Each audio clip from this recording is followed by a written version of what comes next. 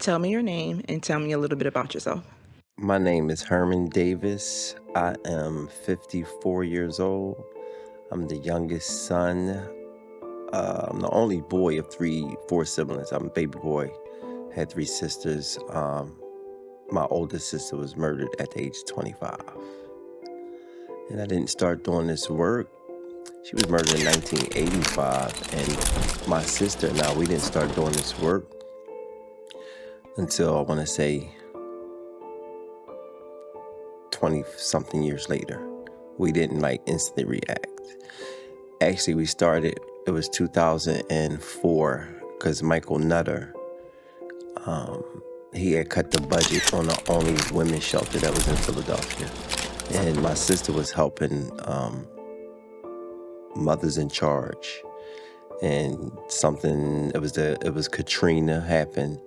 And it was like, when I seen that news report, and she was at work and she seen the news report, we used to own a restaurant in Manioc. It was like when we got to the club, we was like, yo, did you see what Nutter did? And then that was like the birth of peace and love, starting all over again. Yeah.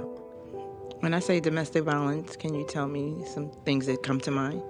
My sister, when I think of domestic violence, my sister, I was 14 when she was murdered. I was 14, getting ready to turn 15.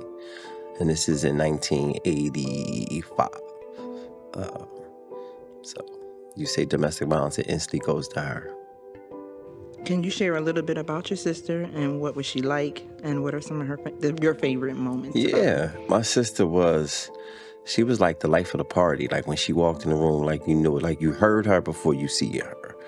We lived in Mount Airy on Temple Road, and we were the second house from the corner. My sister and my nephew and my nieces lived around the corner, not too far. And you would literally, if I was on the block playing football or doing something, you would hear her as soon as she hit the top of the block. So it was like, oh God, here she come. So, and I just remember her. She was very funny. And my sister, she was like the big brother at the same time, because she was a fighter. When did you realize that your sister was in an abusive relationship? Wow,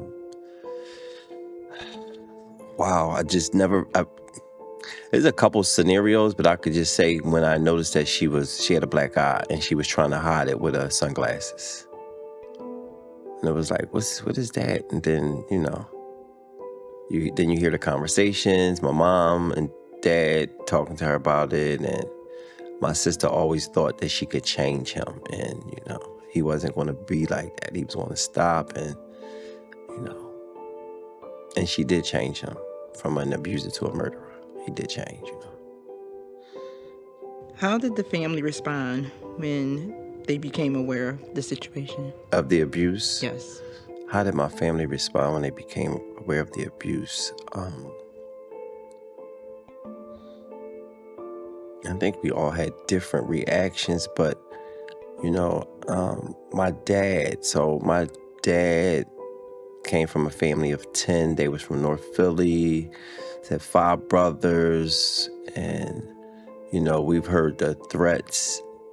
But because my sister was so committed and wasn't going to leave, you kind of had to allow her to go through her process. I didn't understand it as a 14-year-old kid, though, because I was like, yo, why you don't, But my parents allowed her to go through. They didn't really get involved too much. What impact has this loss had on you personally and on your family as a whole? Well, me personally, let me just say this. I graduated from high school, Lincoln High School, 1988, and I wrote in the back of my yearbook I was going to be a real estate investor and I was going to travel.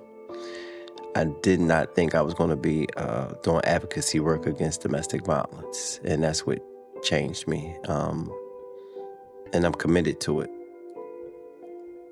What is the name of your nonprofit? Peace, Love Worldwide. Can you tell me a little bit about what you do? Sure. We raised awareness of how many lives we're losing to senseless violence and domestic violence. We encourage using art as a form of therapy, and we do makeovers for survivors of domestic violence. And then we have programs in the schools. We have Peace and Love has launched in the HBCUs. Next year be 20 years doing the work with the organization. We do a lot of things. So we have a for-profit and then we have a nonprofit. What do you think needs to change in society to prevent tragedies like this from happening to others?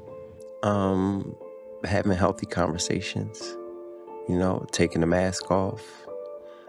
It's either that or we're just going to have to accept it because there's no heaven on earth, and these are just the trials and tribulations day to day. And that's really something hard to accept, but we are what we are.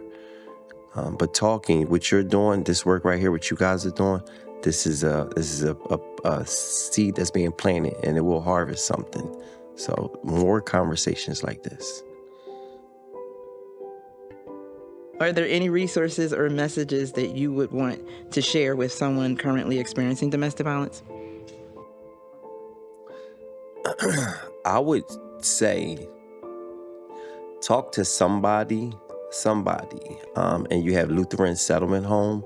I encourage Lutheran Settlement Home. I encourage Women Against Abuse. They aided and assist my family through so much through the trial, my sister's case. So Women Against Abuse and Lutheran Settlement Home. What do you hope people will remember most about your sister and her story?